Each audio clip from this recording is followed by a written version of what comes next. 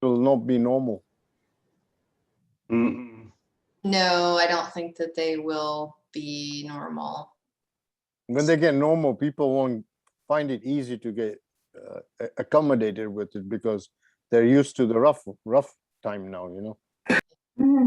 Oh, I hope not. I hope not, Cal. But you're probably right. It's 6 o'clock. I'm gonna wait another 15 seconds. The recording has started, and we are waiting for Angelina. So we have enough. We have a quorum. Enough to start? Okay, she can join in late. It's fine. I'd like to call to order Airway Heights Planning Commissioner meeting May 12, 2021 at 6:01 p.m. Do a roll call quickly. Cal Patel, present. Commissioner Hank, Present. Commissioner Mark, Present. Commissioner Angelina. I think she'll join us a little later, right? Yeah, that might have been her right there. Sorry, I'm bouncing screens right now. Where's my participants? Yeah, there she is.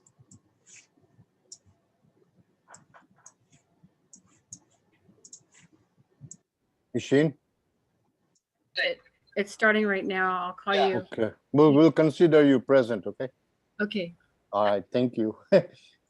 Next item will be Pledge of Allegiance. Are we gonna play the karaoke or are we gonna sing? Give me just 1 second. I got it up. Oh, that's good. There we go. Nice. Nice. Kind All of. right, no All right. music? No music. Okay, all right, Just the sorry. word. We're gonna go in 3, 2, 1. I pledge Allegiance to the flag of the United States of America and to the republic for which it stands, one nation under God, indivisible, with liberty and justice for all. I like that. This is good. Awesome. This is now going to be a standard, okay? Nice. All right. We don't. I like to get a motion to amend the agenda for tonight to add, introduce the new applicant for the commissioner, Stephanie Lamb, at the workshop. If somebody wants to call a motion to make that change. Cal, I'll make a motion to add in an introduction to Stephanie Lamb. All in favor? Aye. Aye. Okay, the next thing will be the approval of minutes of Wednesday, April 12th, 2021. Somebody wants to make a motion? Cal, I'll make another motion to approve the agenda or the minutes from or the agenda, sorry, from May 12th. Minutes. I apologize. Minutes from Wednesday, April 12th, 2021. All in favor? Aye. Aye. We don't have any public comments tonight. We are not having any presentations. There's no public hearing today. So I'm gonna jump straight into action item. And we have a new applicant. Her name is Stephanie Lamb, and she's joining us tonight. I would like to take this opportunity to have any of the commissioners or any staff members, anybody wants to ask her any questions. And if she wants to introduce herself, she's more than welcome to do that. Hi. Hi, how are you? I'm good. Just got off of work, just got home. So sorry, I'm a little bit late. No, you're right on time, Stephanie. So yeah, Stephanie Lamb. I've lived in Airway Heights for 11 years, bought my first house here. Then I worked in Airway Heights for about 5 years. Excited about the growth here. I mean, my property values are great now. Nice. but yeah, I was a military spouse for 14 years. I worked primarily at home for a long time, but I've always been interested in kind of any growth opportunity anywhere. So, being involved with something like this, being able to see the town that I live in grow is a huge thing. So I'm grateful for the opportunity to talk to you guys. And if you guys have any questions, let me know. I guess we were gonna interview you if there was multiple candidates, but in this case, I guess you're the only one. So I don't have any questions to ask you, but I just want to bring it to your attention that we do appreciate you taking interest in the planning commissioner, and this is a good starting point for anybody who wants to get involved in the city moving forward. Most of the planning commissioners are now council people, so it's a good way to start. Once the council approves you, I would like to welcome you, but it's a little bit of hard work. We expect you to be prepared for the meetings so that the documentation goes out almost a few days before. And our first agenda is to look out for Airway Heights. So that's it. Anybody else want to ask any questions? Or I'll say, sorry, go ahead, Hank. Okay, thanks, Mark. Sorry. No problem. Hi, Stephanie. Good evening. I'm Hank Beinecker, and I'm pretty new to the commission myself. And one of the things that I noted on your application, and I appreciate your interest, by the way, but you said something in reference to you're bringing a unique perspective to the commission. I was just curious, what does that mean exactly? For me, it is, I'm relatively young. I'm only 36, and I've been a homeowner here since I bought my house when I was 25.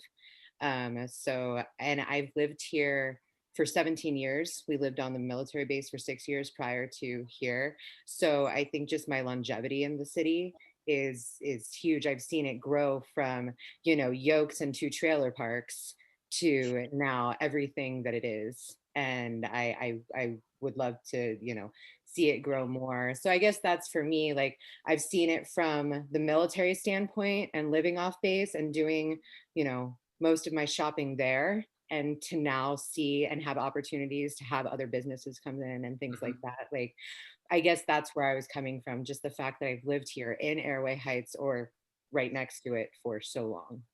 Okay. Because honestly, you guys may have and may also, but I wasn't sure. So. Well, thank you for that. I appreciate it. Mark? Yeah, like I said at the beginning of this, I've known Stephanie for quite a few years now. I got introduced to her working with another cannabis farm. And like she said, she brings a unique experience. I've seen how she'll give me my own or her own advice with life and everything, and it's always different than mine. So when I was thinking about these open spots on the commission, I encouraged Stephanie to apply because she has that unique experience from the Air Force standpoint, and then also living in the city as a civilian also, and just thought that would be a good fit with the commission as we're bringing in a diverse group. Thank you, Mark, for encouraging her to join. It helps. Yes. It helps. Anybody else want to have any questions? Stephanie, you have any questions for us? No, I mean, I've considered kind of running for things before. I've considered getting more involved, but I didn't have the time. I've been kind of on an upward path in my industry for the past few years, and now I feel like I'm kind of able to back off a little bit, and so have time to explore other things that I'm very interested in, and being involved in public service is definitely one of those things. No, we really appreciate you coming aboard. Thank you. And the only thing is, it's only a once a month meeting, but you'll be surprised how difficult it's going to be for you when it comes to Wednesday and say, wow, I got a meeting today. I got 10 things to finish.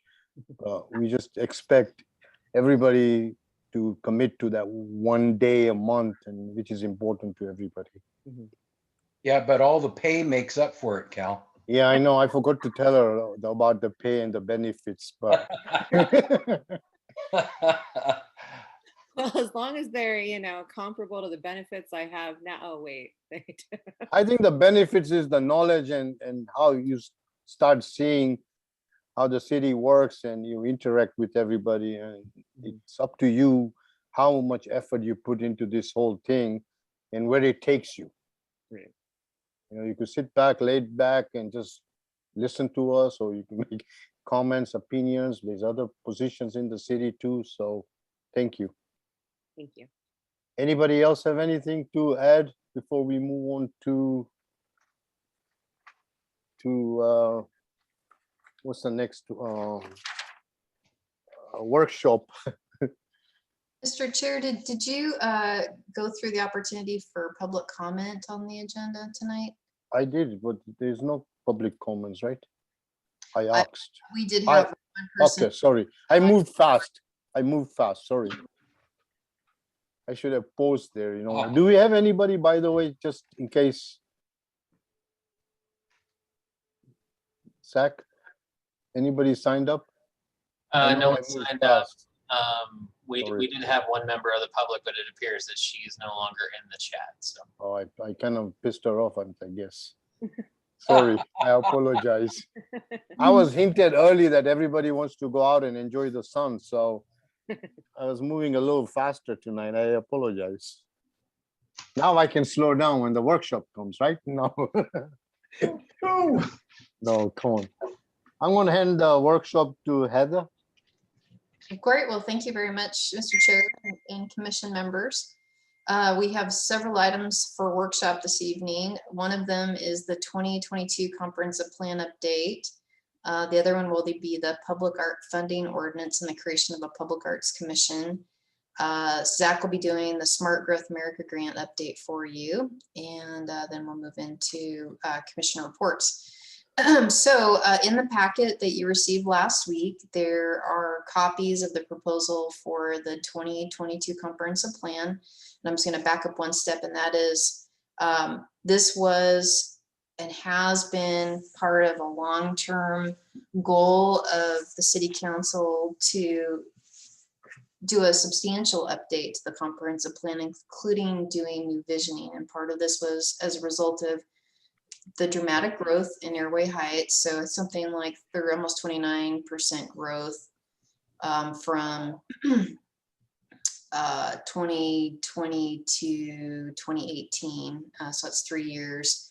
And then just most recently, Zach crunched the numbers and found that we'd actually grown 63.7% since 2010 to 2020. So some big growth, and clearly people can see all of the residences and businesses and industry cropping up here. So while we just finished a comprehensive plan in June of last year, that had always been intended to be a compliance document. And one of the reasons we did compliance was because under the Washington State Growth Management Act 3670A, as long as we did not have our periodic update adopted along with necessary changes to our development regulations, we were not eligible for state funds, certain grants specifically that we would be eligible for parks and public works.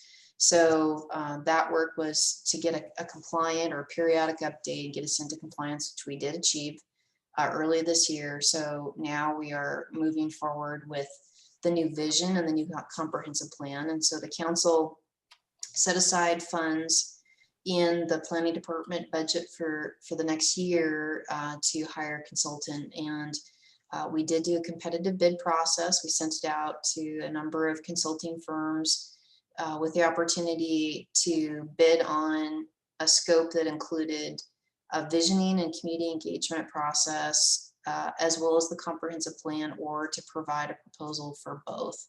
And we did receive 4 responses. We put together a committee, which included representation from the city, which included Kevin from Public Works, which most of you have met. He's our Public Works Director, as well as Angelina Campabasso here from our Plan Commission.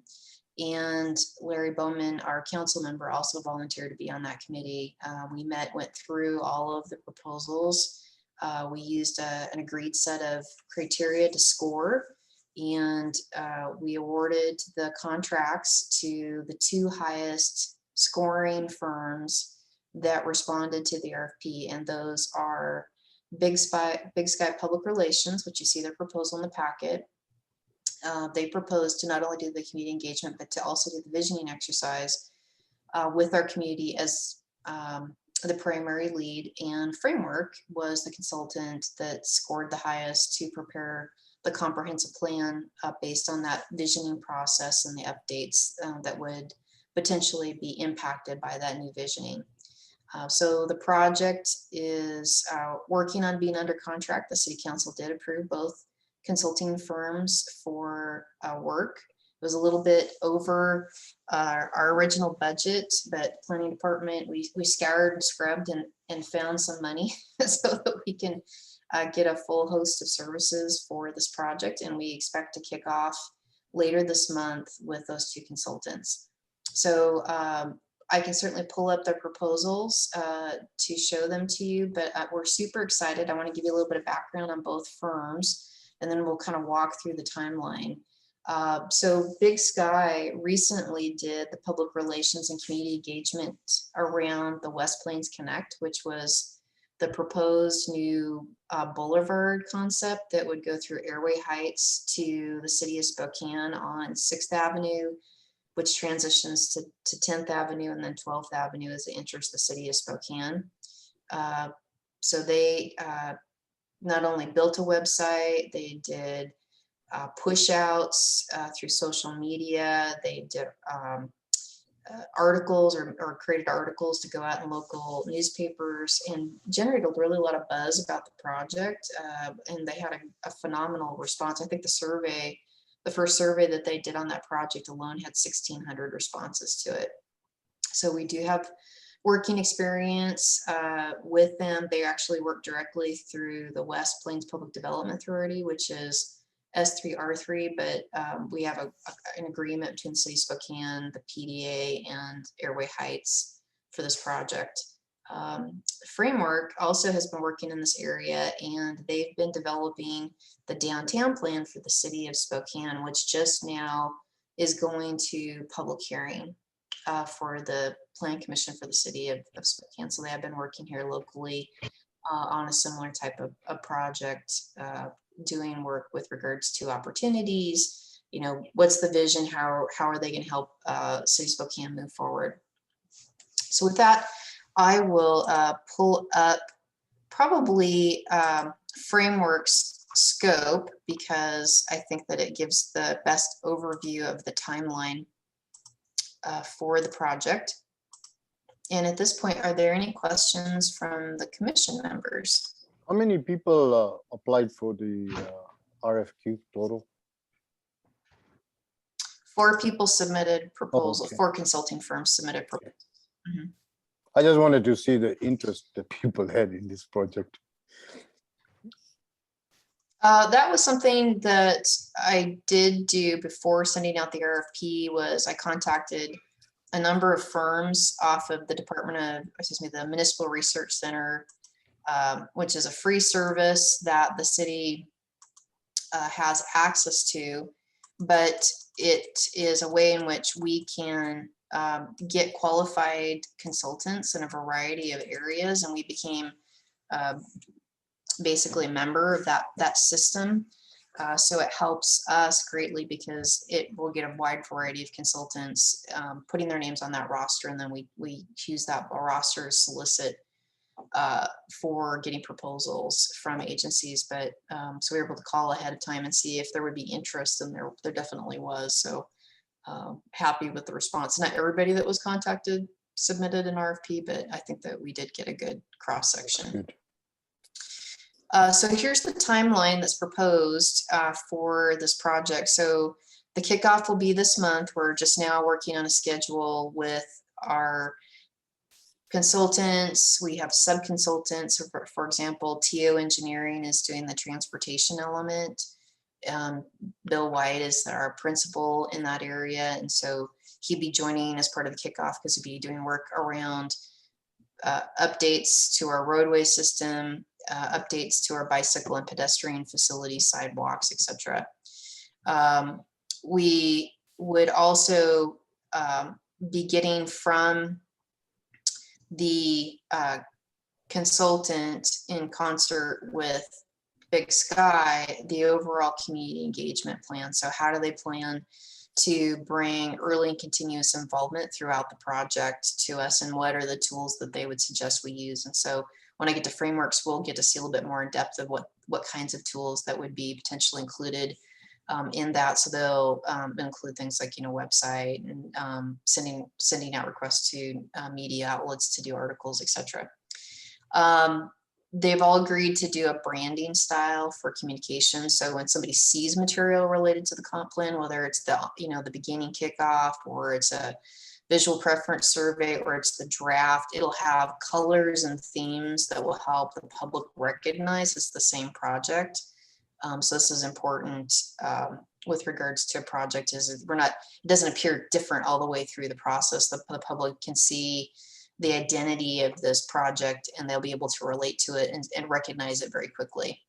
They are proposing to do some stakeholder interviews, so focus groups. So we'll be talking a little bit more about who would be within that. So, citizens and businesses and nonprofits, and, a whole gamut of people potentially for that, as well as what will eventually be the big visioning opportunity. We did ask in the RFP for them to propose COVID compliant methods, because we are not assured that we're going to be able to have gatherings of very many people because of the restrictions of social distance spacing and masks, etc. So we'll be working a little bit more about how to maximize that opportunity. And in addition to that, our RFP specifically asked for these groups to work on methods that would get to people we don't normally hear from, people who may be limited on their technology or have limited access to information, so that we're getting a great cross-section of the community throughout the process. It will include also an open house later after. So there's been some materials built for this project, which will likely happen next spring. And we're also going to try and do a visual preference. So as we get the visioning kicked off, we'll try and get more feedback from the public with images reflecting what they had identified early on of what our city should look like. And when it looks at various types of land use, or we're looking at mobility, like bicycle and walking, or we're looking at economic development. So these are all components that the consultant has provided to us. They will come to 2 meetings of the Plan Commission and 2 meetings of the City Council. So we want to time this with them doing presentations where we'll get the biggest benefit for you as the Plan Commission out of the project's development. That'll probably be, and I'm just kind of noodling a suggestion here, but probably after they get community engagement and start giving back to you, this is what they heard as part of the process. So possibly maybe after the visioning, and then another opportunity after they start putting together a draft of the document, and probably a preliminary draft, so you all can kind of see how all of these pieces have been put together. The plan element update, these are the mandatory pieces that we have to do for a comp plan under a Growth Management Act, which is that RCW 3670A. So land use, parks, housing, capital facilities, utilities, economic development, and the integration of other elements is actually specifically the transportation element. So part of the land use element, we are asking for them to consider some kind of small policy questions, such as how would we look at maybe having neighborhood retail? So as you know, right now, nearly all of our retail is along US 2, but all of our residential area is up in the northwest portion of the city. So does it make sense to potentially have some small pocket retail or commercial activities that make it possible for people to walk to services? So that's the idea that it's a walkable community. We've also asked them to take a look ironically, the area between basically the Department of Corrections and the Park Recreation Center, and what might happen there, because it's currently designated industrial. And guess what? the Spokane County put it up for sale, and the tribe is looking at buying it. They've made an offer on the property, so timing probably couldn't be better. Because I think Airway it's Heights has a first option to buy there, right? If they wanted to. only on about 30 of the 250 acres. Oh, okay. Yeah. Yes, so I understand the Kalispell's offered 5 million for, Just under 5 million for the property. Mhm. yeah. So I think the timing is great, considering it's going to go from public to private land, and it's not, of course, in any tribal trust designation at this point. So it'd be a great opportunity if the tribe's offer is accepted to engage the tribe in a conversation about what could happen in that area.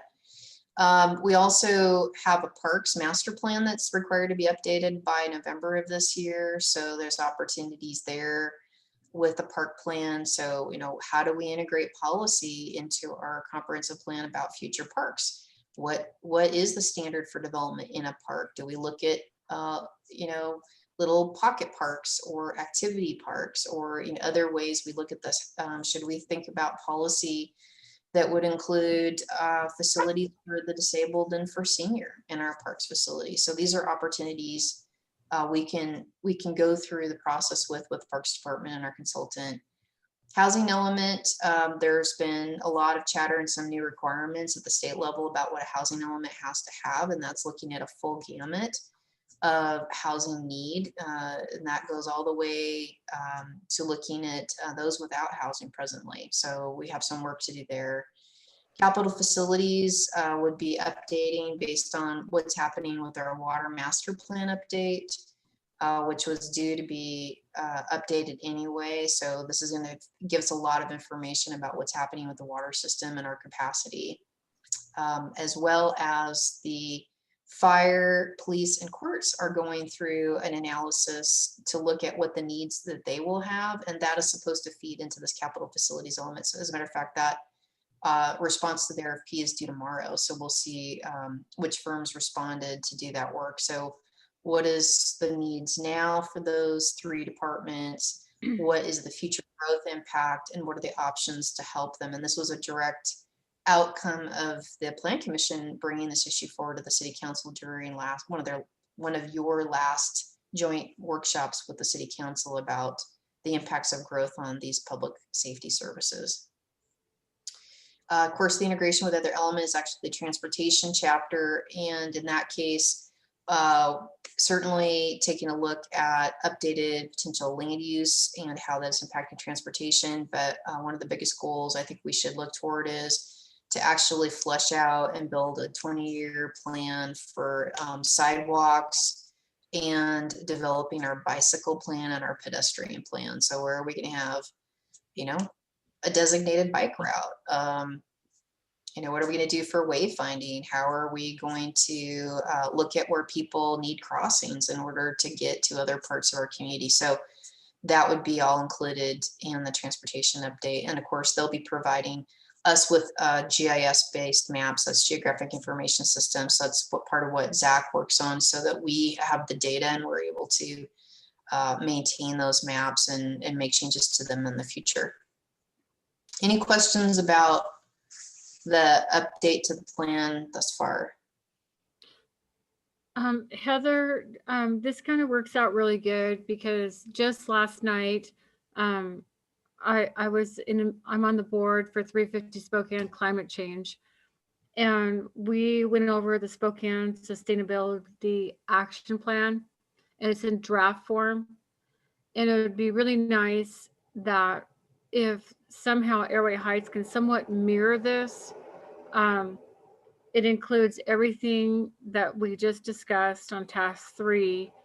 And we broke out into groups last night, and we even brought up, other things like, saving the bees and all the along Highway 2 and all the main highways. WashDOT is still spraying herbicides, dangerous chemicals that are killing off even our hummingbirds, all of our pollinators. And we are there's a study that's included in this showing that our summers are going to get hotter and drier. So we're going to have more fires, and the spring and the fall are going to be more rainier with less snow in the winter times. So we're going to have mass drought and heating up of the earth. And they were saying by 2025 to 2030, 111 to 120 degree temperatures is what we're looking at. And so our farmlands, and we have farmlands all around us, once we pass Airway Heights, going towards the Colville Reservation. And we drastically, even our own yards out here, all American yards are still using Roundup.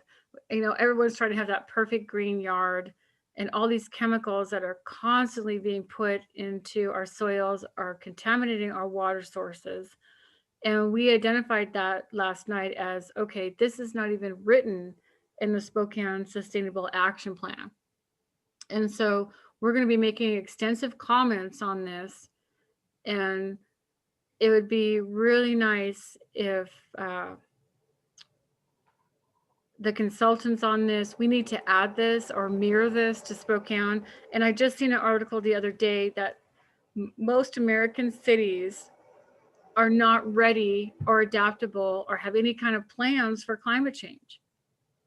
And we need to make some drastic changes here. And I brought up the fact, I work at Eastern Washington University under CIRCOM and doing research for 71 Western tribes. And I'm bringing up this methodology of the medicine wheel and the fact that what this is doing, it needs to do, it's going to show people, it doesn't matter what race you are, but we need to change the way as humans are thinking in order to be able to combat climate change. And Spokane is trying really, really hard, but they're missing a lot of elements, right? And so I would like to forward the Spokane Sustainable Action Plan to all of you, and you could forward it on to the consultants. And we need to include this in our tasks, in our elements. Well, I think that's really a great idea. What I would suggest is, I think there's definitely room for policy within the chapters that are there to discuss strategies for resiliency, environmental sustainability, and practices. And I would say that everything from what you've just talked about, wildfire risk, that could be, translated to land use policy, for example, or, in the capital facilities, element, having a policy about how the city of Airway Heights, maintains their property. Those would be all really great opportunities to insert that type of policy. And for the Plan Commission members that may not be familiar with this, there has been a lot of conversation at the state level about requiring local jurisdictions to do environmental action plans.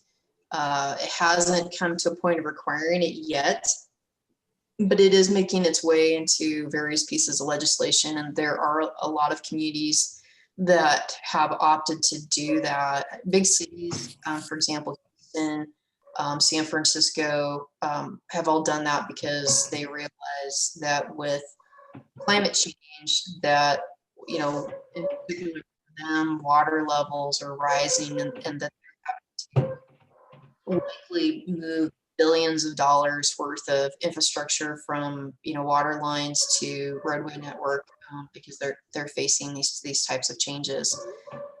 So I think there is certainly room for feedback and putting policy into this document. And then what Spokane did was they actually created a separate sustainability initiative outside the comprehensive plan. And that may be something to have further dialogue with the Plan Commission and City Council about as well, Angelina. Yes. Yeah. And even just last summer, we had fires right when you're entering into Airway Heights off Highway 2. It came really close to households. And even the Air Force Base, Fairchild, they sent up planes. Fire got really close to even the base. I mean, that was just last summer. And Absolutely. we have That's a- very dry conditions. And I drove home to the Culver Reservation this last weekend, and I have contacted their DOT department, and we're trying to do some research and preventative cost analysis research work for them now, and they are extremely dry, and there's just no rain. We do not have the rain that we normally do in April, and we are looking at some serious fires this year. And when all the Well, trees one come down, and next fall and spring, when we have massive rain, all them trees are going to be carried and buckled under bridges. And well, at least on reservations, we lose bridges, we lose transportation and transit assets, and it affects not only economic development, but people can lose their lives over this, and this is happening all around us. It's not on the news. The surrounding tribes issues do not go in the news. And we have 2 tribes that have trust land here in Airway Heights. And even for Airway Heights' sake, yes, we do need to be looking at climate change adaptation plans, and we need to be ahead of the game here. Maybe we set precedents for the rest of the country, and we start inserting this into our comprehensive plan, and have our consultants really look at this. Absolutely. Well, please do. I've got a- Go ahead, I'm sorry, I've got a question. Where can we go as a commission to read about all this stuff? Is there a particular website we should be directed to? I would love to invite you all to come to the next Spokane 350 climate change meeting. And we can keep you up abreast on everything that even Spokane, the city of Spokane, is doing. And Is there a website or something, Angelina, that we can go to? Yes, you can go to 350.org. 350.org. Yes, and we have a national level, we have a state level, and then we have the city levels. Okay, thank you. We'll put together some resources, Mr. Breinecker, to look at, including maybe the link to where some of the draft bills are with regards to climate resiliency. And it'll talk a little bit more in detail about what that is and what the expectations are for a community. By the way, it's Hank, Heather. Okay. But no, I'd appreciate that. I'd like to learn a little bit more about what exactly Spokane's doing. Mm-hmm. Okay. So I'll just conclude then on this part that we are expecting to have a draft of the document available by December. So we'll probably have that workshop with the Plan Commission toward the end of the year, and that they would be continuing to take feedback for the document all the way through the adoption, through written comments on the draft, for example, or the public hearing for the Plan Commission and the public hearing for the City Council, and producing a final document and providing to us all of the GIS data and the maps that go along with that process. So any questions with regards to this portion of it before I move over to Big Sky real quick to go through their scope? Heather, just a suggestion, when we come in December and this data has been presented, maybe we could do like not a regular meeting, but just a workshop, because it might take a little bit longer. And I don't want everybody to kind of get bogged down to it and takes hours. So maybe if possible, we could do this maybe a week before. So if anything comes up at the meeting level, we don't delay for another month, you know, that's that way. If there is any questions that could be answered prior to the meeting, if it's possible. That's a really good idea, and it can be a difficult time to get everybody together because of the holidays, as you may remember, Cal, with Oh, the holidays in both November and December, and you know, people are. everybody's had a holiday for a year now. I don't know what you're talking about.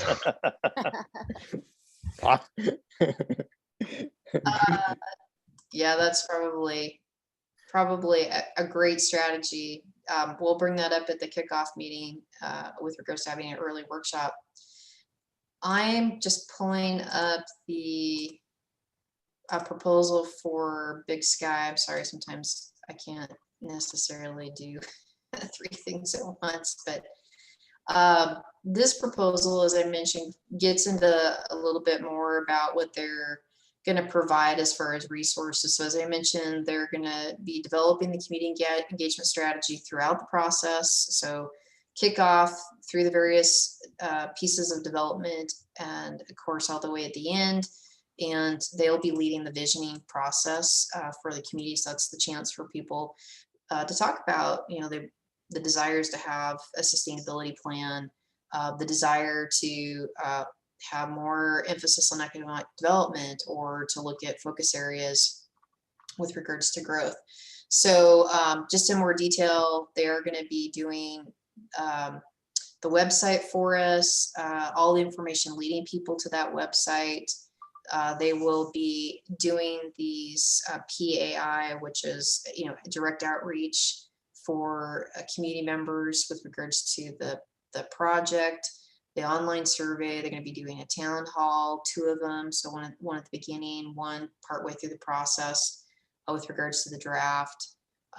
They're going to be doing several community connect events. Those are things that we'll have to plan out where they're going to be. And of course, we're going to be guided by the governor's policy about COVID-19 and what we are going to be required to do. And they're also going to be working with the press and providing press releases to help continue to, you know, promote the plan throughout the process. So that is just in summary what our project is. Are there any questions before we close this out? And just let you know that we'll be bringing the next design event, which would be the visioning process, to you for some input, and then getting that off the ground this year, early, probably this spring, to get the process kicked off. I don't have any questions. I think it's great work. Good milestone. I'll second Cal's opinion. Thank you. Well, we will be checking in every month with you about the progress of the plan, you know, showing you materials we're working on, what's happened with the plan, inviting you to participate in the events. And so this will be a very active year for all of you as commission members. We really want you to become involved, and you know, that's the whole goal of having a citizen commission such as yourself, is that you're bringing that, you know, citizen perspective. What should we be looking at and considering, and how should we be developing policy to move forward as the city? So with that, I will conclude that topic, and I can move on to something a bit more fun for everybody, which is the Public. plan. So some of the Plan Commission members participated back in 2019 on the development of the public art plan for Airway Heights. So that would probably be Mark and Cal would be the only 2 that were originally here, if I'm correct about that. Yep, okay. So the city, just as a little bit of background, the city of Airway Heights has not had a policy with regards to public art. They've had a resolution about how they would use money in the past for public art, but this all really came to a head back in, as I understand it, about 2018, when the traffic circle was being built for the entryway to the Spokane tribe on US 2, and then kind of became echoed again when the traffic circle was being built at the other end of town over at Deer Heights. And there was some discussion about what those traffic circles were going to look like. I believe the Spokane tribe was proposing to put a piece in the center of the one next to their entrance. And there was a realization that there was really no policy guiding how public art happens. So the city engaged in a project. SCJ Alliance was the consultant, and Alicia Ayers, particularly with that firm, led the community through a process to create a public art plan. And that public art identified that public art could take a lot of forms, everything from physical to live performances, that it could be a medium that is temporary or permanent, and identified that there were some instruments that the city needed to adopt in order to make the art plan a reality.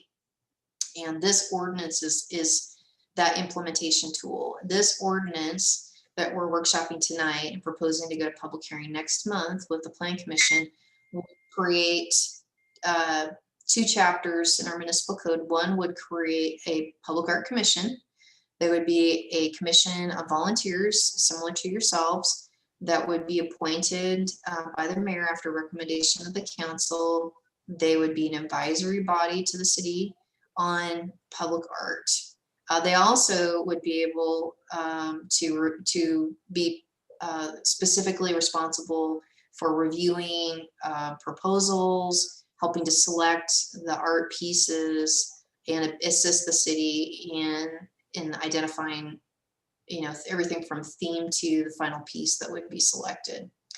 The second ordinance that this would create would be the formal funding mechanism for an art program. And like many, many communities, this uses the principle of setting aside 1% of the expenses on a capital project. Now, a capital project, I think defined at Airway Heights is, I think it's over $60,000, but I can double check that.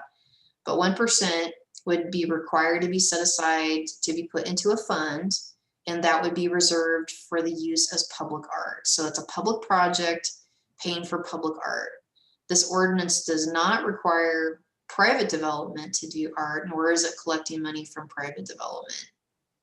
So the ordinance does allow for the fund to receive other money, though, to be also used for the development of public art. So if the city applied for and received a grant, or there was a donation by a corporation or an individual that was to go toward public art, this fund can be used to receive those dollars, and it reserves those dollars exclusively for public art. And that is the goal typically of a public art fund.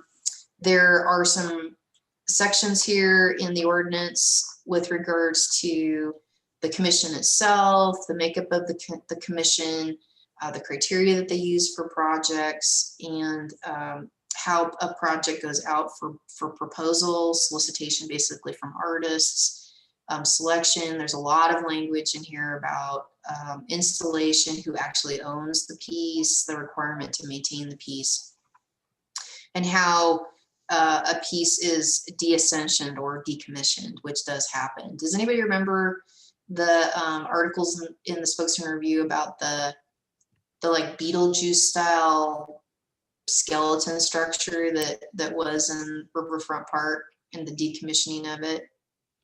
No. It was very, very controversial because I think the piece was so old and the artist had passed away and the family was involved, and the piece was structurally no longer sound.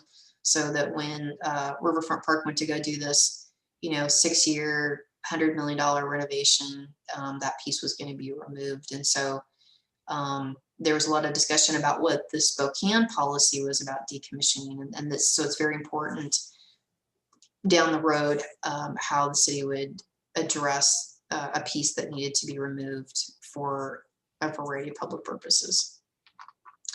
So that is the proposal in a nutshell. Is there anything that the commission particularly has a question on? I'm just moving the document to membership because I figured that would probably be one area that there may be questions or suggestions. How hard is it going to be to get 5 members of our residents of Airway Heights to fill that spot, Heather? Well, it is one at-large citizen, a citizen with knowledge of real estate, a citizen of public art or education community fairs, 2 professional artists, they do not have to be residents, The and previous, 2.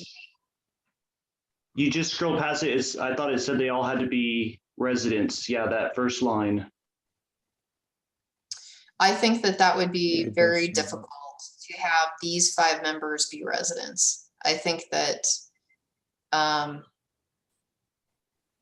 because of the specialization, for example, where the two of them are landscape architecture, urban planning, interior design, or engineering, that might be difficult to get 2 people who are city residents. I don't think it would be as difficult to get 2 artists that are residents, but then you're asking for, other specialization. So I think you have a point, Mark. Any reason why you put the residency requirement? This was a draft the SCJ Alliance Okay. initially put together. So the bones of it are from the consultant, but these is certainly for workshops. So these are things that we can absolutely change. I think in a large community, it makes sense to have all residents, but we still are around 10,500 people.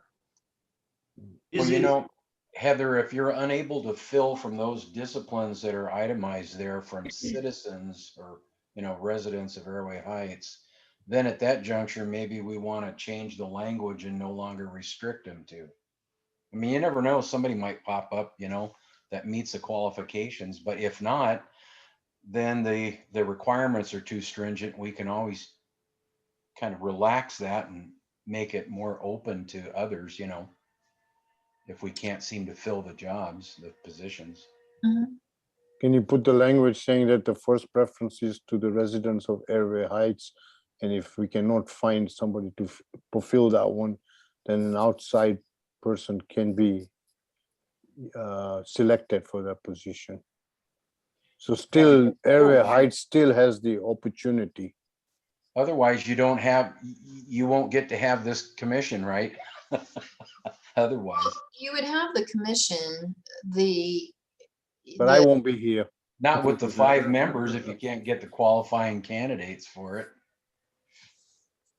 so the way that it would work is, certainly you would want to have a goal of meeting all of your qualifications and that they're very, very clear. And if you can't, seat the commission for the first time because you can't fill all the roles, then that would be an opportunity, as Hank indicated, to come back and amend the ordinance. I would also say that,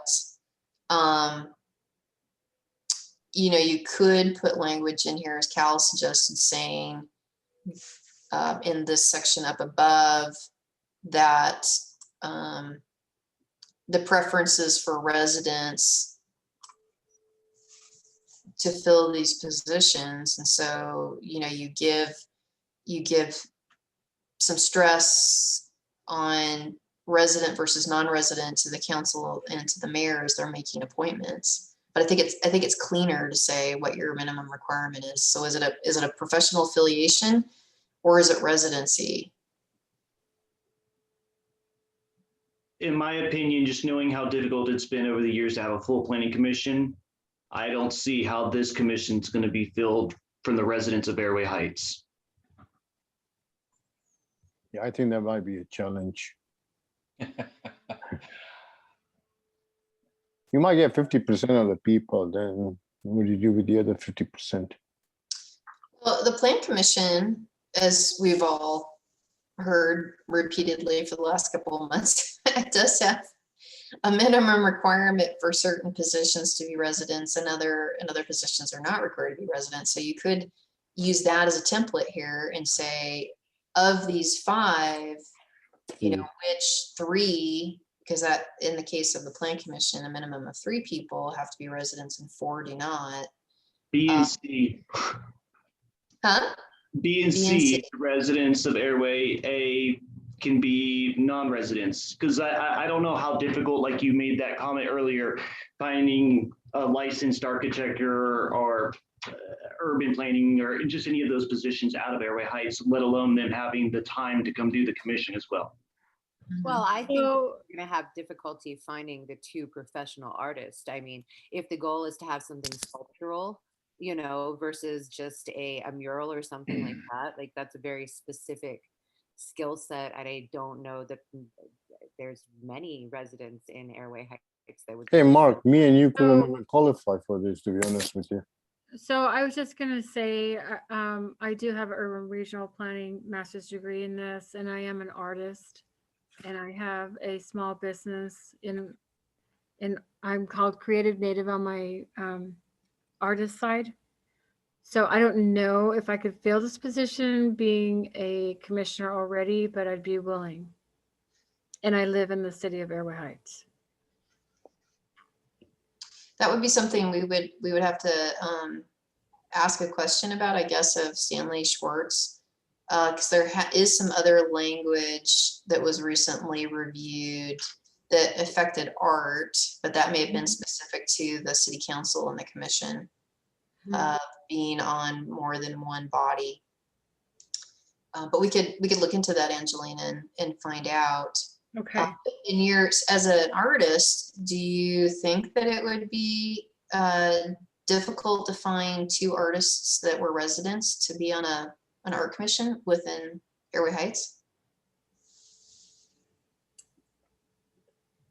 You know, unless we even reached out to the tribes, you know, the Kalispels and the Spokanes, we have tremendous amount of artists and can contribute a lot of native art, like even to Highway 2, the roundabouts, you know, Spokane tribe and Kalispels could contribute a great deal to even those projects and surrounding area. I mean, if you just walk into the casinos, they have a lot of beautiful artwork. I do native fashion shows and I paint, draw, jewelry, you name it. I've been doing art since I was a kid. What would be the chances that 2 of them would be residents of Airway Heights and would be willing to sit on this commission? I think is overall what we're trying to figure out. Okay. Well, the Kalispels, since their reservation is only 11 miles, they have, I've assisted them in turning in 242 acres out here into trust land. And even with the recent bid for $5 million to buy the raceway park, and I have spoken to a current councilman, they mainly want to turn that into housing.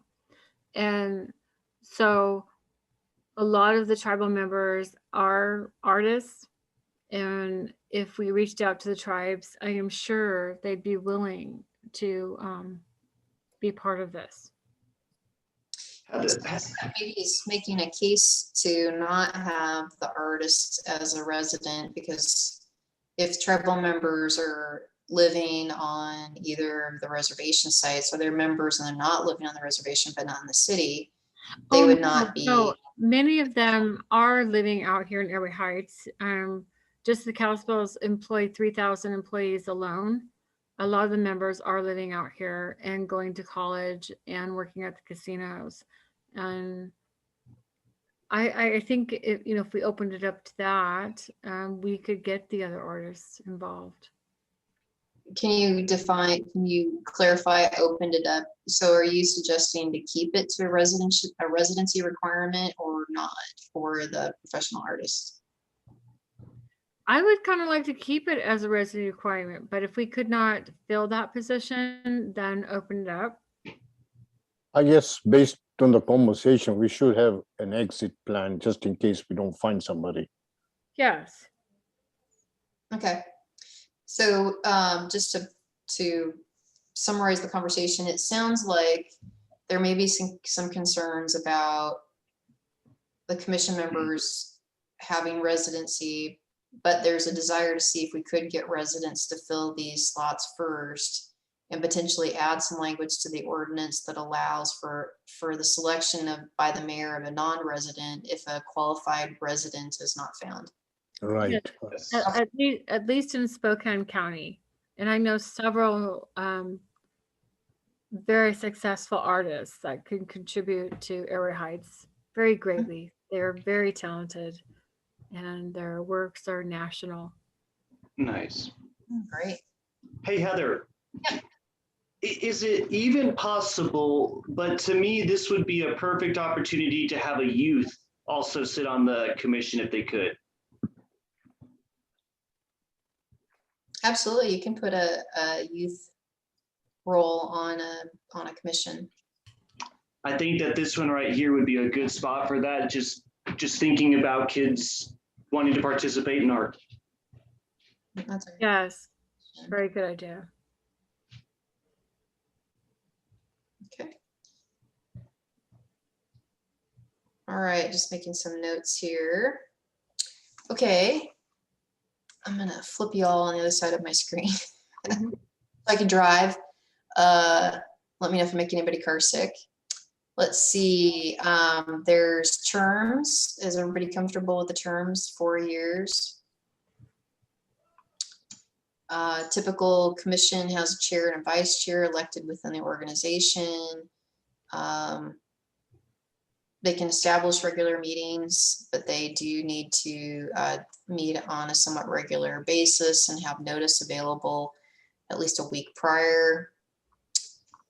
Conflict of interest, this is pretty standard for commissions. Let's say you have the two artists and the third one, I'm drawing a blank on what the title was, but let's say you have these three individuals that are all the knowledge in this field of public art. All three of these people are at an event together outside of this commission. Are they going to be breaking the law being together? So let me give you an example. If everybody attended an event, let's say there's an outdoor concert at Sunset Park, they're not violating open public meetings. Okay. They all show up at the same event and they're participating as individual citizens. They're not violating open public meetings. It's when they are getting together for purpose of discussing any kind of policy or ordinance, then that intent needs to be notified to the public through a special meeting notice. So for example, Angelina's offer for you to go to a meeting with the 350 organization, if that was an open public meeting and you just sat in the audience and you listened, that would not require a special meeting notice. But to engage you or ask your opinion as a plan commission member or engage in a discussion about what you may or may not be forwarding as a commission, that would have required a special meeting notice. Okay. So just keep in mind that the goal is that as a commission, that you're not conducting business in any way without providing opportunity for the public to participate. So that's why things like, you're not allowed to vote via email. We're not able to throw up a proposal and have you privately vote on that with email, or Mark can't say, hey, I think we should do this. And, you know, the other members say, you know, yes or no, based on my opinion. And you basically take action as a result of that. So I think, and I don't even know if this is something that should go in there or not, but just maybe thinking about having this small group of individuals that probably are going to interact with each other outside of that commission, how they're looking at interacting outside that commission. Well, as you may recall, Mark, we asked that every commission member participate in the open public meetings training provided by the Secretary of State. And that was something we're going to do under the staff presentation. Remind everybody to watch your video and fill out your certificate and turn it in. So yeah, we would be asking this commission as well to do the open public meetings training and fill out the certificate and turn it in. And I should have mentioned this, that the request from the administration is that the planning department would staff this commission. I guess it would be no difference than this commission. Yes. And the difference probably is, while you're dealing more with policy and ordinances, this commission will be dealing with basically making recommendations of awards of funding for projects based on adherence to a proposal that's, you know, put out to public, and how closely that you know, the respondent artists adhere to the process, and then a project is selected, and that project recommendation goes to the council for the award of funding and a contract to construct. So a little bit different maybe, but it's covered under the same kind of topics that the open public meeting training would address for a commission member.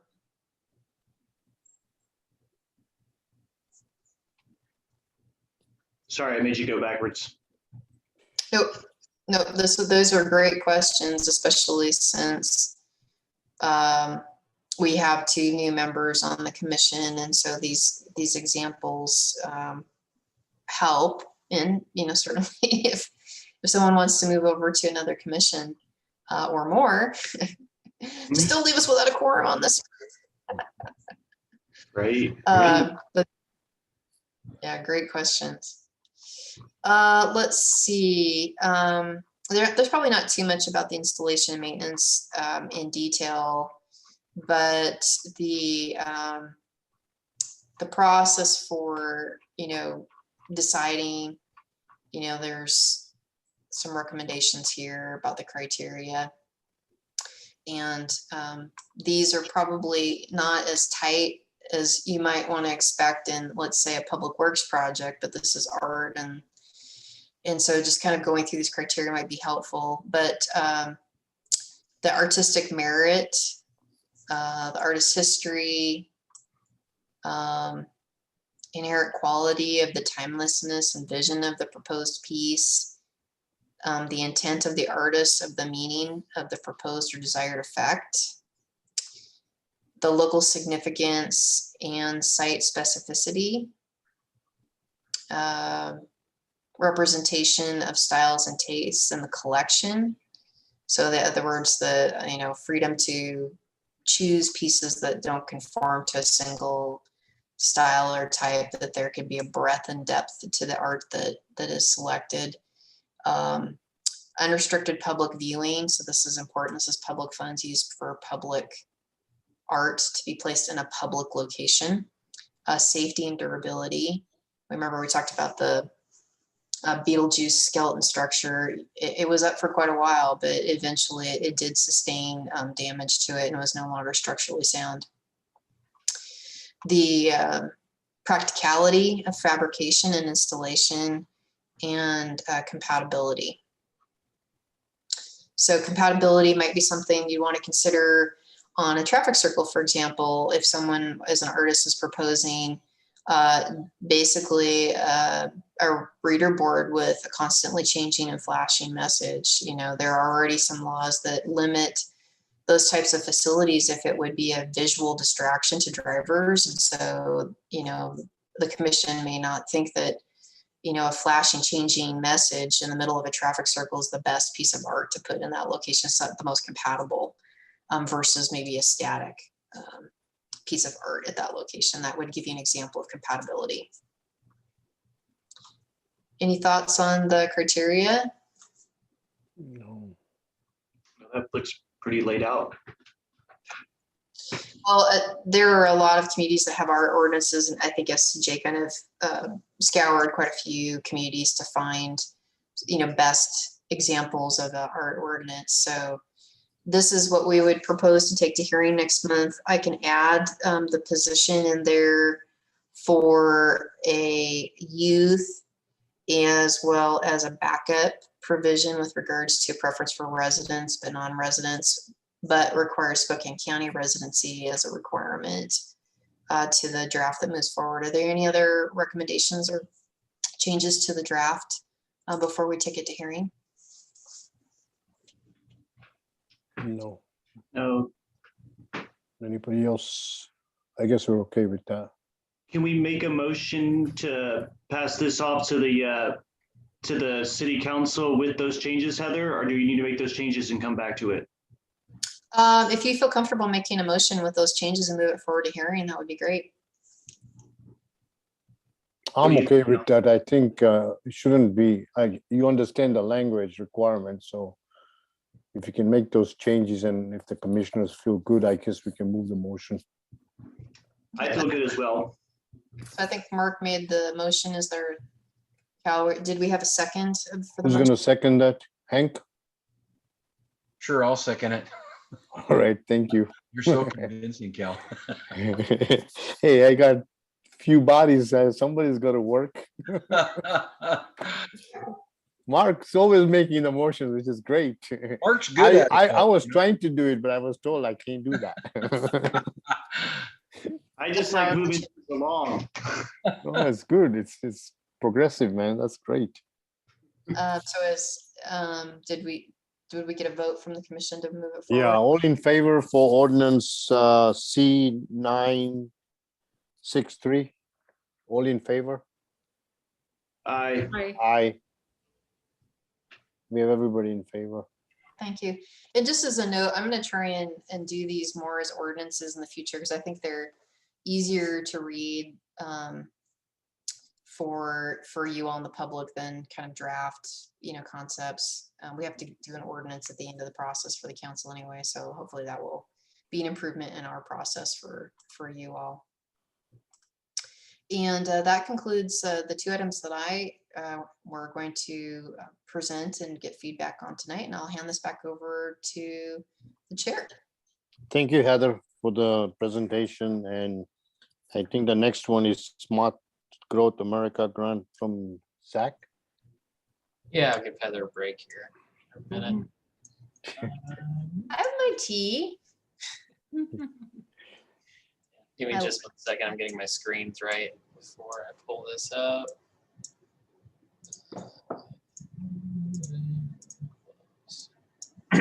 All right. Let's see.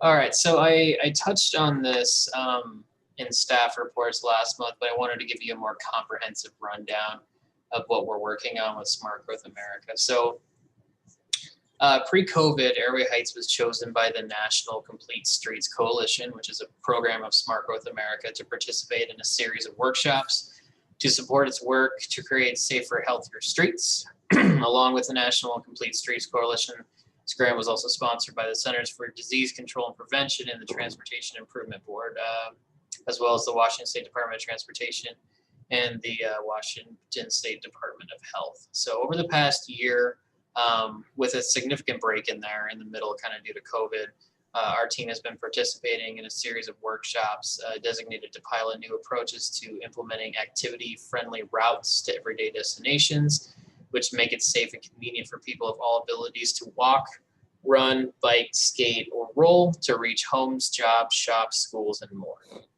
A major part of this grant involves the selection of a site within the city that could benefit from a pop-up traffic calming project. So most of this presentation is going to kind of go over the site that we've chosen. I'm going to kind of give you a tour of the area and then kind of give you an overview of our engagement plan and process moving forward. And if you have questions, shoot, feel free and stop me. So. Zach, have you mentioned before who's on our committee? I haven't. I don't think I have it on this slide in particular. So the committee is made up of a selection of local. Sorry. So the team is made up of a selection of local agencies. So myself and Heather represent the city of Airway Heights. Jamie Hayes is representing Spokane County. Jason Lean is representing the Spokane Regional Transportation Council. Charlene Kay and Greg Fig are from WatchDOT. Tara Lamone is from STA. Rochelle Bradley is from the Spokane Tribe of Indians, and Seb Jones is from the Kalispell Tribe of Indians. So there are representatives from multiple agencies or stakeholders in the group that are participating on that level of this, and we'll go into that here in a second. So. Let me just give a little bit of background. When we received the grant, we were encouraged by Smart Growth America to bring in stakeholders because there was no pre-selected project. And since we share jurisdictional boundaries with all of these agencies, we invited them all to participate in the training because their groups would benefit from the training about how to do these types of safety projects for rolling as well as walking. But there was always the possibility that the project ultimately that was recommended could cross jurisdictional boundaries and be in an area that impacts one of these agencies or overlap with it. So that's why we have all of this group on our team to help us through this process. And we also had a member from the Spokane Regional Health District, but unfortunately with COVID, she was no longer able to participate. So we are going to engage them on a stakeholder level, but unfortunately, yeah, we lost our member there. So. So again, getting back to the site selection. So our goals for our site selection were to provide simple, safe, accessible, multimodal transportation opportunities for the Airway Heights community. Identify a site that is not slated for transportation improvements in the near future. So there are a handful of transportation plans, both at the city level and beyond.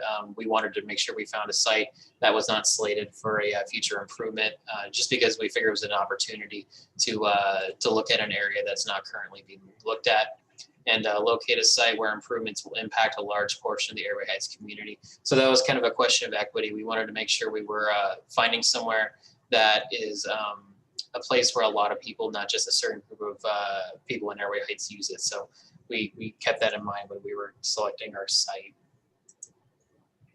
So our site location is along King Street, south of 6th Avenue and north of Highway 2. Site is located within the western border of both Sunset Elementary and Sunset Park. So there are two streets there, one on the east, one on the west. Lawson is on the east side of the park, and King, which is where we're looking, is on the west side of the park. If you guys know the area, Lawson is pretty well, I don't want to say fortified, but the street is has a lot of features on it, while King Street is missing a lot of features. We wanted to make sure we were picking a north-south street. The majority of the current plans involve east-west streets, so a lot of the north-south look like they could need some help there. And again, this is located within an area that, for a number of reasons, many groups within Airway Heights use this area. So it was something that we saw that, okay, well, a lot of people use this, that'd be great.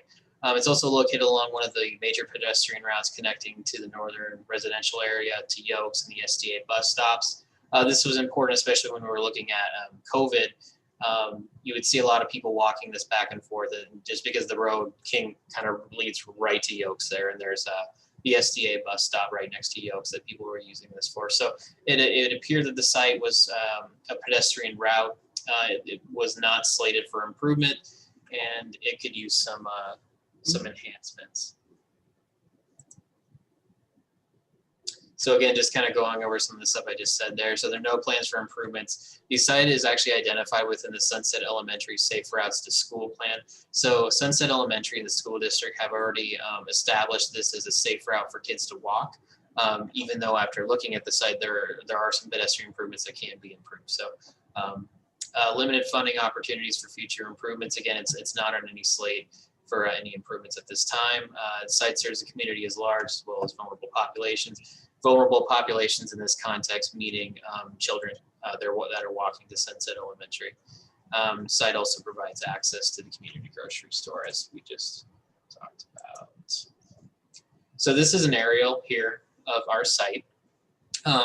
We do have 4 particular areas kind of marked here that we're going to go through one by one. So the first one being kind of that intersection of Highway 2 and King Street, between that and 13th Avenue. The second being the intersection of 10th Avenue and King Street. The third being the intersection of 8th and King Street, and the fourth being the intersection of 6th and King Street. So I'm kind of going to walk you through all of these. Our goals while looking at this area were continuous north-south pedestrian connectivity. One thing you notice when you kind of walk this and look at the area is the availability of sidewalks, essentially. Some are really good, some are really bad, but they are not consistent at all. So that's something we were looking at. Improved crossing access at King Street, 10th Avenue for connectivity to park and school. And we'll go over that in depth a little bit. Improved real and perceived safety, potential attract people walking and biking on King Street from 6th Avenue, and increase active travel in the area after the project. So this is our first location there. So that the King Street between Highway 2 and 13th Avenue. So this is the newer one. So this is right next to the Arrowleaf Hotel there. So you can kind of see there is a sidewalk on the right-hand side of King Street there, but between Highway 2 and the alley there is just a parking lot. And to the north of 13th Street and on, there is no pedestrian infrastructure. This is that same area. This is looking south toward Highway 2. This is actually a fairly old picture. On the left side there, that is where Autumn Leaf is now located. But on this picture, kind of what we wanted you to see is that there are no painted pedestrian crossings. There's no protected crossing at all. And this street is actually fairly wide for this type of street. It's I believe 40 feet wide. So there is some extra space there for, you can kind of see where those leaves are on the left side of your screen. There's some space that we're looking at for doing some protected pedestrian infrastructure. This is that same area, but just a little further down. So there is an alley to the south of Autumn Leaf. So that just kind of shows you again that that area between Highway 2 and this this initial alley. There's not a whole lot of safe pedestrian infrastructure. So this is the second location. This is King Street and 10th Avenue. So one thing we wanted to point out here is the difference in the width of the street. So that 40 foot width is pretty big for this type of street, but as it opens up, once you kind of hit past the school, it opens up to 66. So there's a lot of Zach, but those are parking spots there all the way up that road, though. Nobody treats that as a road. Sure. And we're going to talk about that a little bit here in a second. But yes, the parking at Sunset Park is kind of interesting because it has this kind of bump out and it goes around the entire park. It's almost like teeth, these kind of the way they do this. So we haven't really made any decisions on doing anything at all, but this area in particular, we're looking at for maybe doing some sort of a parking rearrangement just because there's so much space and the parking is never full. So in particular, that area right I'm gonna disagree with you on that though. Okay. Because there was plenty of times to go to that park, especially like Saturday mornings, maybe in the afternoons when you're doing practices and stuff, you can't get a spot on either side of the park. Okay. Well, and this is why we're reaching out to you guys to get comments on this. So we don't have anything in stone at all for actually what we're doing yet, but this came up in one of our discussions initially, and we're for using some of this area for kind of when we launch the project to set up some tents and talk to people and stuff like that. But I mean, if this is something that's constantly full, then that's something we can rearrange. We've also talked about, you know, instead of having straight pull-ins, we could do parallel parking, which would free up a little room, other additional things. So nothing is set in stone yet, but that is a good comment to know. So. What else did I want to cover here? So one of the big things we were looking at here is enhanced connectivity between Sunset Park and the current pedestrian infrastructure. So you can see the sidewalk there kind of hangs to the right and then just stops.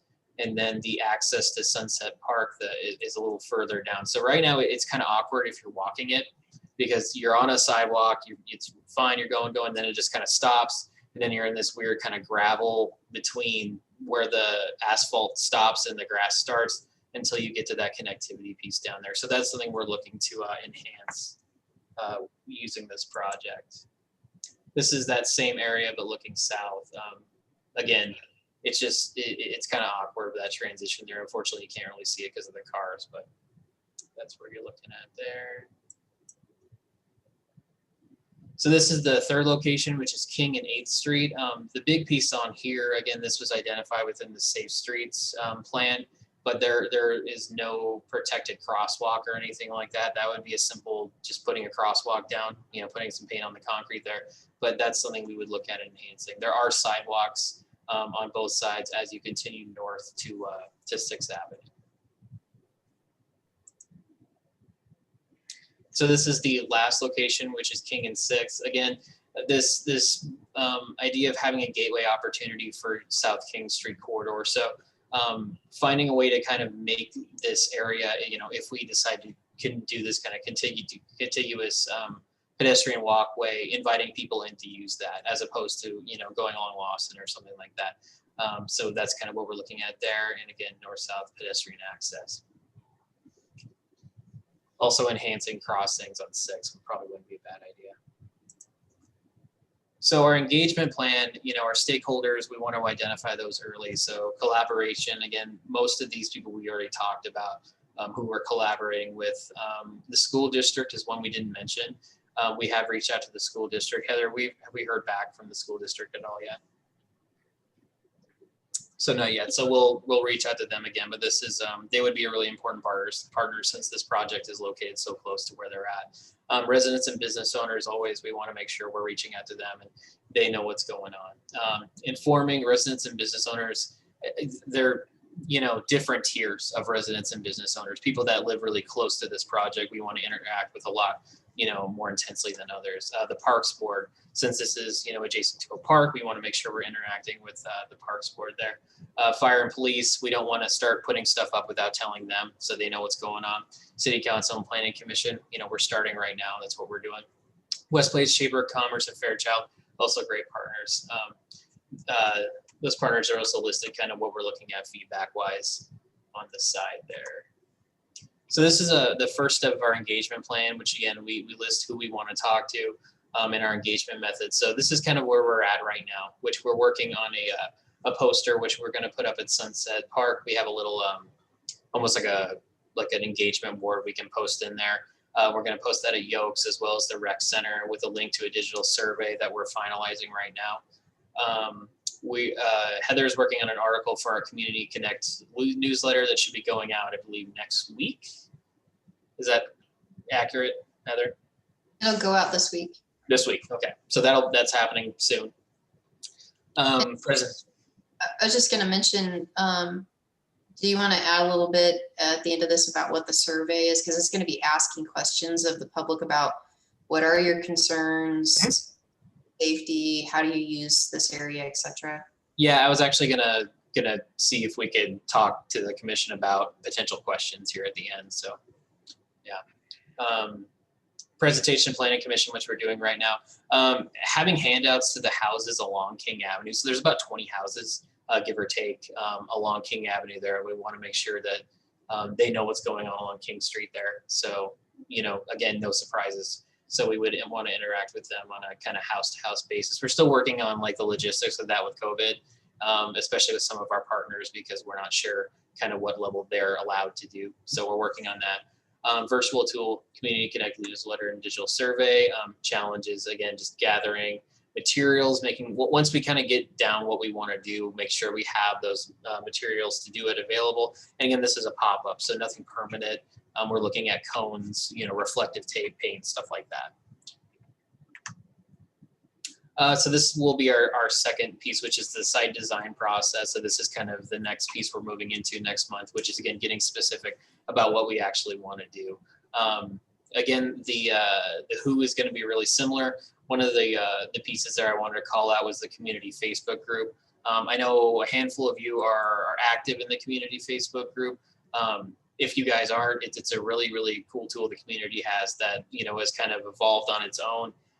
But there's a lot of interactivity with all sorts of stuff going on in the community. So we really want to interact with them just because, it seems like a great place to get feedback.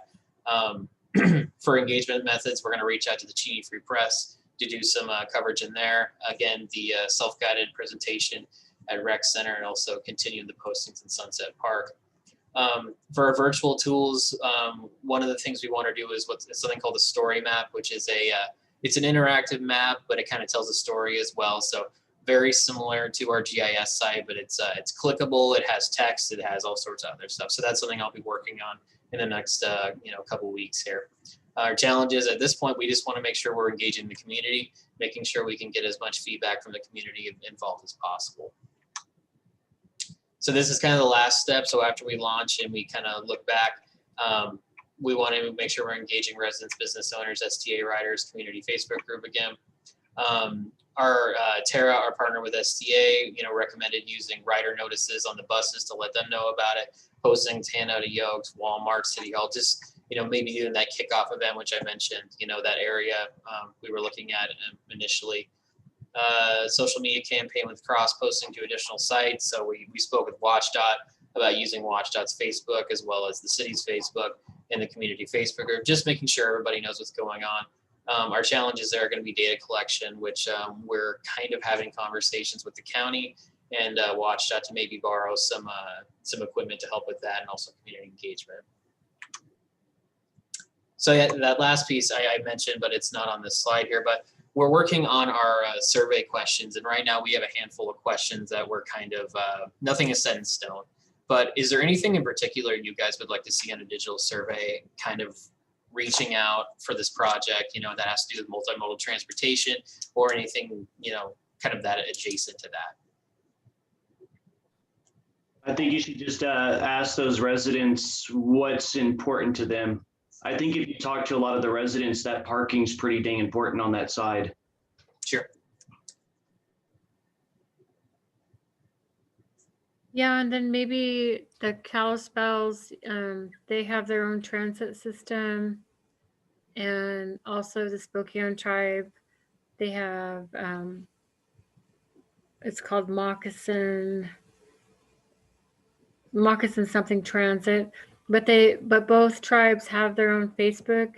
Reach out to the community, because a lot of the members are living out here in Emory Heights. They are working in these casino areas, and they are going to the colleges out here in Spokane and Cheney area. So involving them and the councils would be really important too. Are you referring to the Moccasin Express? Yes. Okay. Cool. Zach, do you know on the west side of King, is there a sidewalk on that side, or is it just on the east side? So let me get back to Just on the east side. So let's see here. What part of King were you looking at, Mark? I felt like I just heard Heather say there wasn't any on the west side, but I couldn't remember if between 12th and 8th, if there was sidewalk on that west side or not. No, there's not. So there is a sidewalk between 12th and 10th on the east side here. And then it picks back up after 8th, correct? Yeah, there's kind of a little nub here, and then it kind of picks back up and it goes from 8th to 6th. But it's all on the yeah, I guess it's all on the east side. So there is no sidewalk on the west side at all. Okay.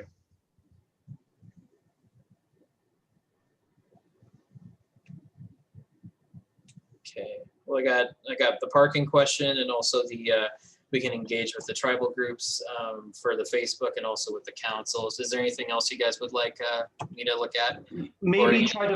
Maybe try to find the difference between, because there is a distinct group of people that go to the little park right there at the school, and they'll park in either that church parking lot or along King Street on the sidewalk.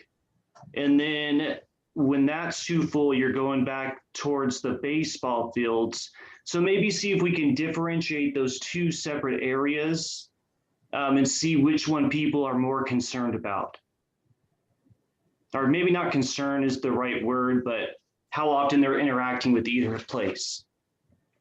Okay. So the difference between essentially the northern side, which is kind of Sunset Park proper, and then the school infrastructure? Yes, I believe that's correct. And that'll give us a lot of, I guess, inference on where people are parking and how they're getting to the park.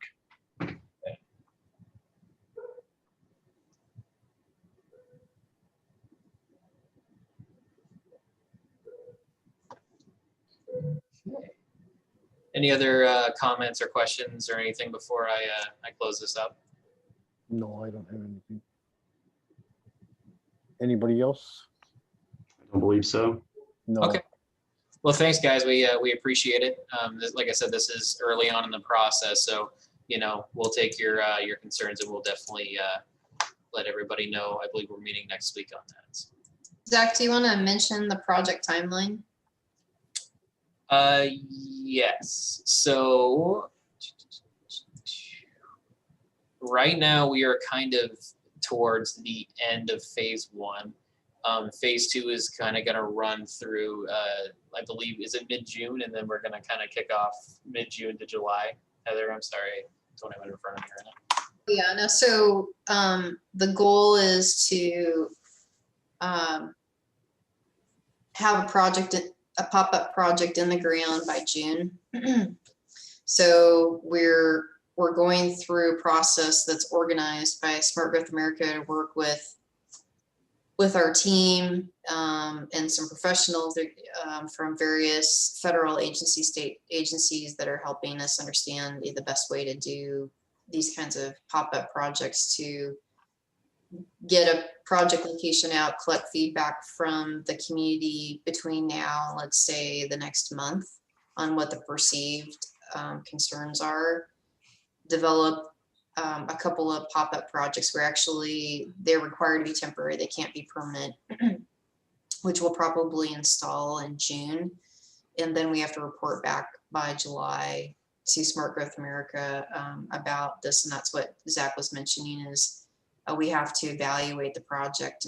And so during that late May to June period, we'll probably be collecting data to see, very consistent with what Mark said, is what's going on. So how many people are walking to the park already versus once the pop-up project goes up, how many people are walking to the park. And that's where we are working on what those types of measurements would be. So now all the way to June, and then reporting back in July. So it's a very short timeline for the grants to complete the implementation. It's extremely short timeline. Yeah, COVID really did a number on this project. So yeah. Yeah, this grant has morphed because we were awarded the grant at the end of 19, and we kicked off the training with Smart Growth America basically in March of last year. And literally when we got back, because we're doing it with 2 other cities, one's Wenatchee and one's the city of Arlington. So we were all supposed to go tour the other cities, and there's what, as a group, we help each other figure out, you know, what the problem is and then what the potential projects are. It was shut down, and it'd been shut down until January of this year. So we just started meeting again in March, was our first resurrection meetings. So it's going very quickly. We're going to be start meeting twice a week, right? I think so, yeah. With this national coalition with our sister cities. So yeah, it's going pretty quick. They want to get it done. So yes. If you haven't seen examples of what's called traffic calming, so the idea of using changes to the roadway to affect behavior, just Google traffic calming. There's great temporary and permanent project ideas that come up. They have different purposes, and this is the type of training that they're providing to us so that we can use these tools, each of us that are participating, whether it's Spokane County or it's us, that we can start feeding these ideas into real projects that we'll be constructing in the future. So,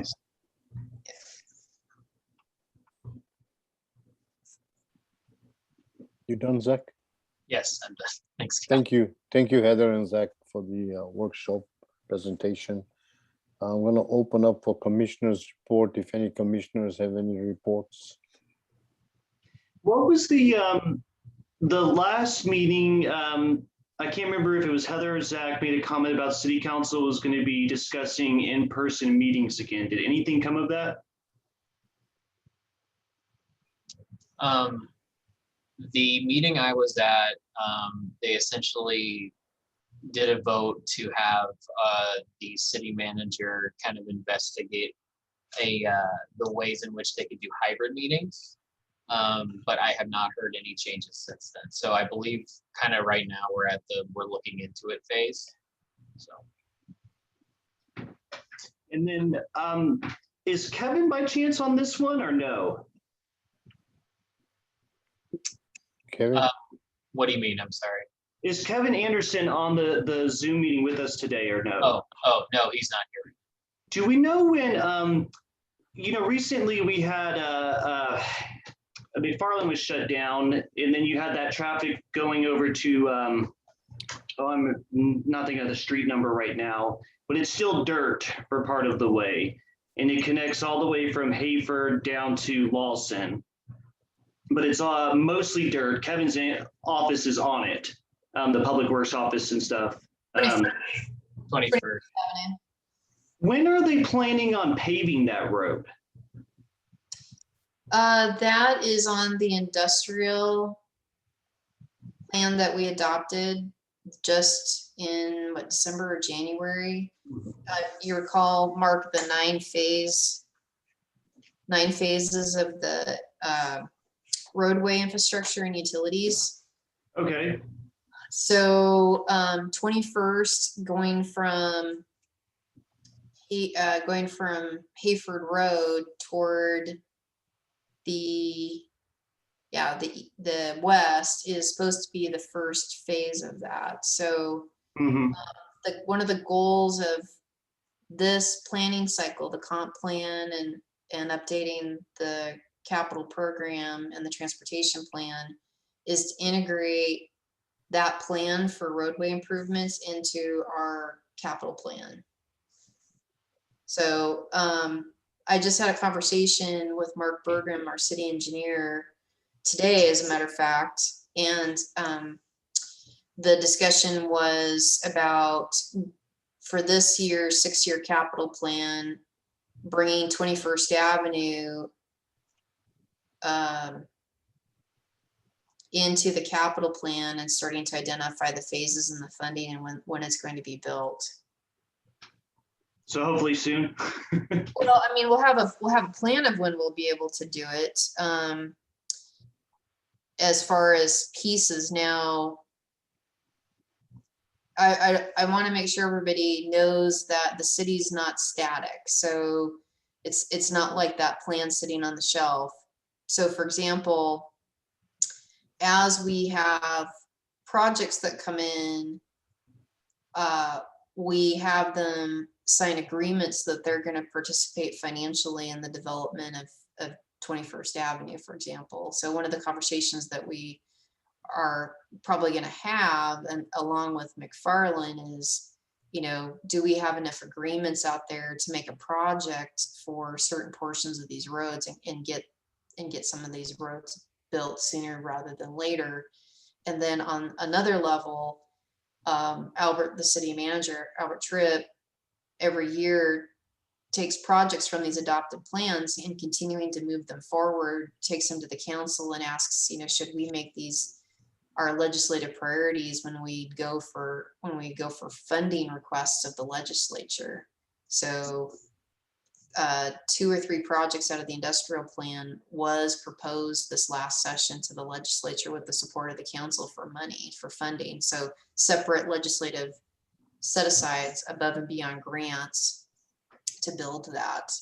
And what I could do is we can get you the 2021 legislative ask, a copy of that to you to see what the roads were, and the 6-year capital plan. That would be great, Heather. That road was pretty dang busy when McFarland was shut down.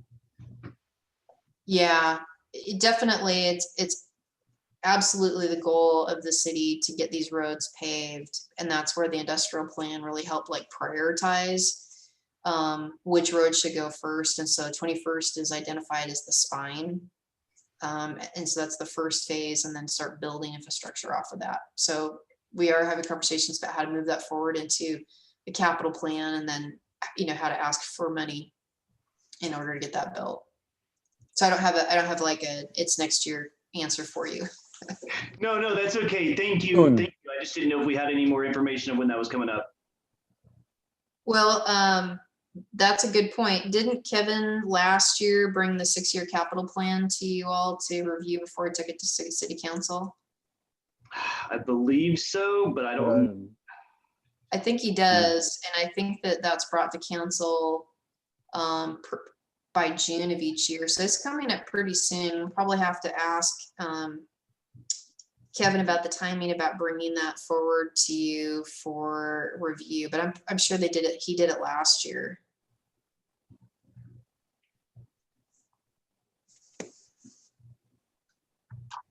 But I think this is great because it brings a lot more meaning when you look at that big chart. What does it mean and how much money is being put aside for it? Hopefully, coming out of COVID, things will get back to somewhat of a normalcy, but I feel like so much has been lost over this past year of keeping up what's happened. I miss the in-person. It just helps remind of what's going on. Absolutely. And anytime that you want an update from the city on, various topics, Kevin on the 6-year capital plan, or the legislative priorities, which I mentioned, or, with regards to the new needs assessment for police, fire, and courts that Albert Tripp's working on, we can certainly ask for that information to be brought to you so you can keep up. But there's stuff going on all the time. It's not static, for sure. Thank you, Heather. Yeah. Where's the Amazon delivery coming on McFarland? There's this center they're building, right? Is that I'm confused. There's currently a distribution center being built on McFarland. And then I read somewhere an article about 2 weeks ago that Amazon was about to put a distribution delivery service on McFarland, and I wasn't sure whether it was city of Airway Heights or Spokane. Well, so a couple of weeks ago, Amazon publicly announced that they were moving to the McFarland warehouse site. So that's the 187,000 square foot building that's under construction about the middle of McFarland there, south of Russell, I think is that the closest right away, Zach? Yeah. So they are moving forward with that project, and they're in review for the remainder of the site, but the main building had been permitted and they're working on that. That is a distribution facility versus the one that's over by the Geiger I-90 interstate off-ramp, which is actually a shipping. So that's where they're receiving product and they're sorting it there. Wouldn't the traffic be a problem on McFarland with that going? Pardon? Wouldn't traffic be an issue on McFarland if Amazon uses that as for their trucks to deliver locally? Well, we're looking at the traffic impacts to McFarland by the Amazon distribution facility. And we've been exchanging information with the consultant for Amazon on the trips. And so we've not concluded the review of that. So we're very much looking at what the trips are, what the impacts are to other intersections, and then what the impact would be to Hayford and McFarland Road, as well as, if there's any roadway modifications that would be needed. So that's under review for sure. But the road Mark was talking about will become important then. well, yeah, well, there has been a lot of projects in McFarland. So remember, Zach showed you how to use our GIS tool now on the planning website to go into the building permit portal. And you'll see that there are active permits, a lot of active permits, which is great, which means that we're growing. We're, bringing new business in to Airway Heights. And then you can certainly look at an aerial photograph of that area and see the new buildings that are there. So yeah, it's definitely growing and getting more. So along there's Exotic Metals just completed their phase 2 building.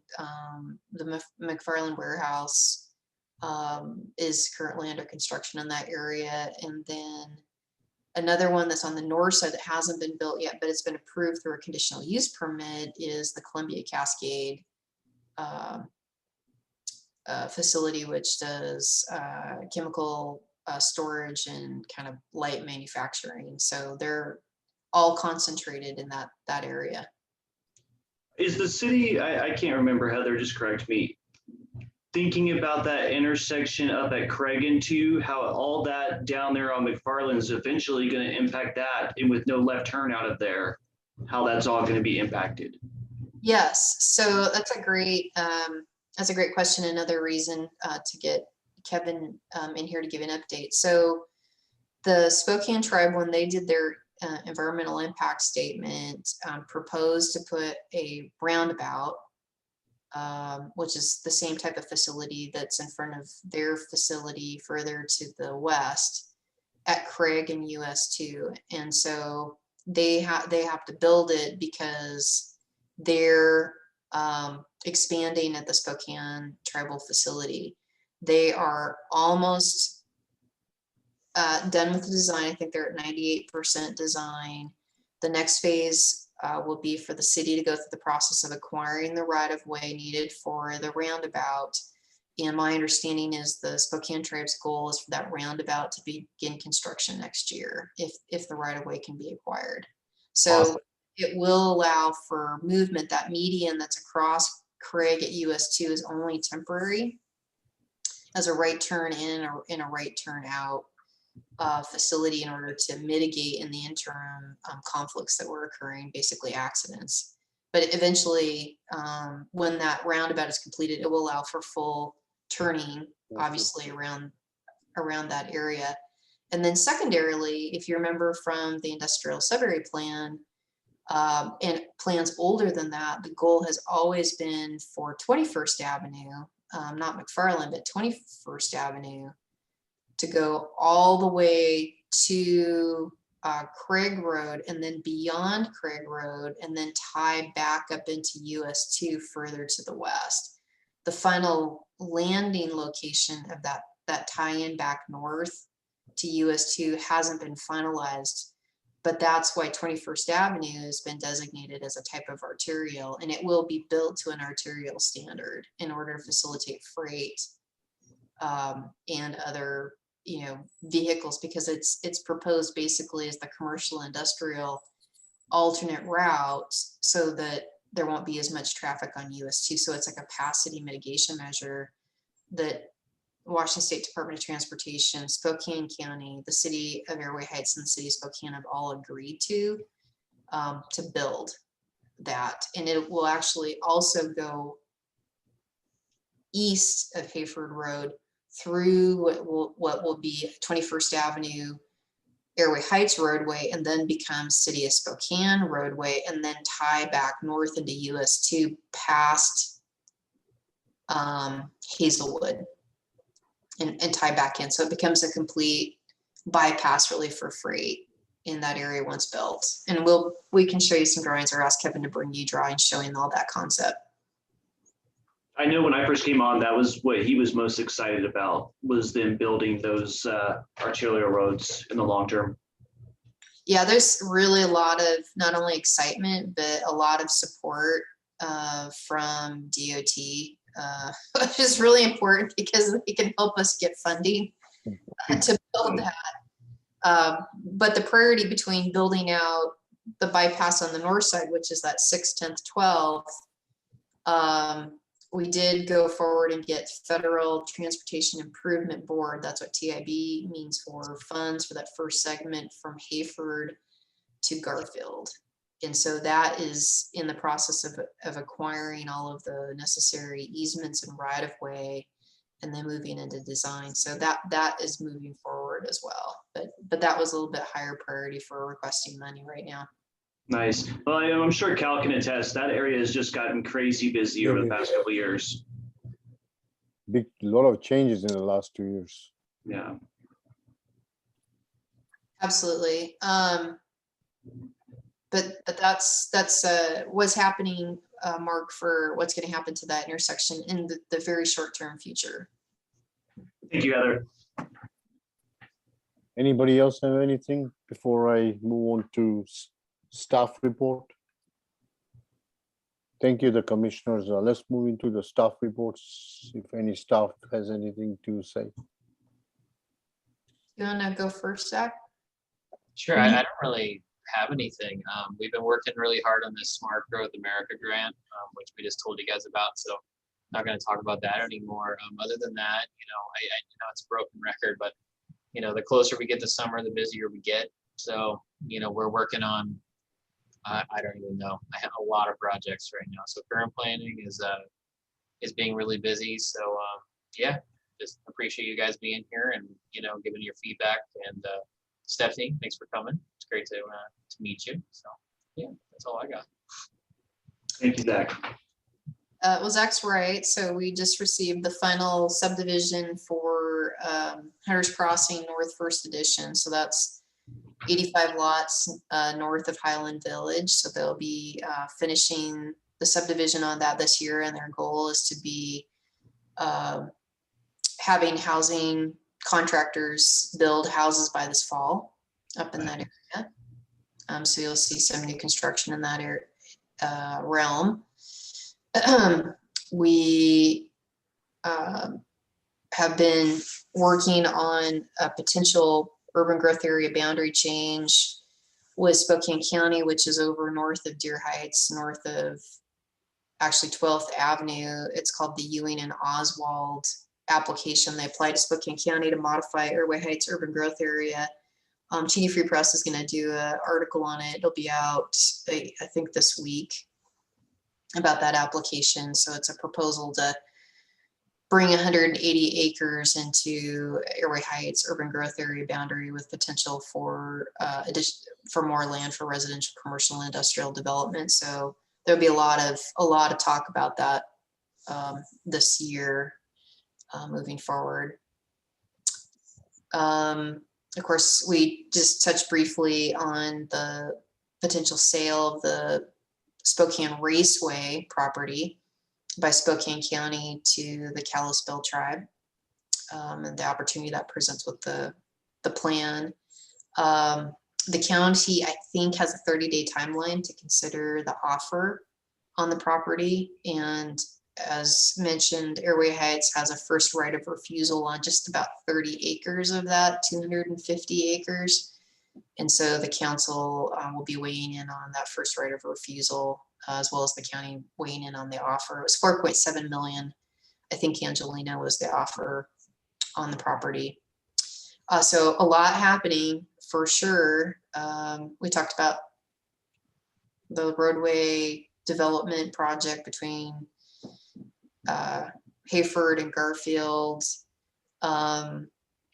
We are also participating in a project with Washington State Department of Transportation, multiple agencies. So the tribes, Spokane County, City of Spokane, on their first ever kind of what they call a lab, and it's to look at transportation solutions for US 2. And I'm happy to announce that DOT seems to have really embraced the downtown plan draft that we have, which is going to hearing next Monday with City Council, and helping, trying to make sure that there's initiatives within it to help us move forward. So like, frequent and safe pedestrian crossings across US 2 as an example of the downtown plan being put into the US 2 corridor development options. So a lot of projects moving through the pipeline, both physically now as well as in concept, that's going to change the face of Airway Heights in the short term.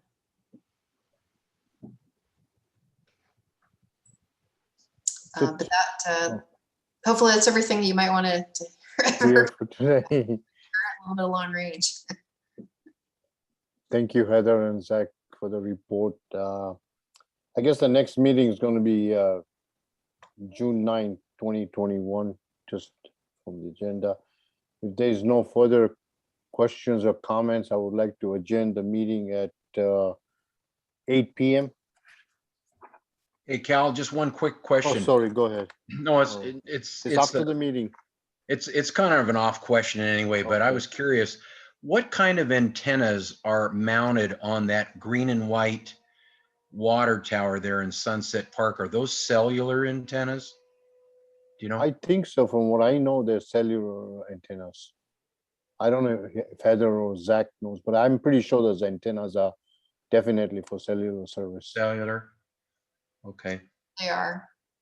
okay, thank you. Good night, everybody. Thank you for your time, effort. As usual, it's nice to see you guys on every Wednesday, once a month, right? What happened to a short one, Cal? You said a short little meeting. Short is 2 hours, long is 4 hours.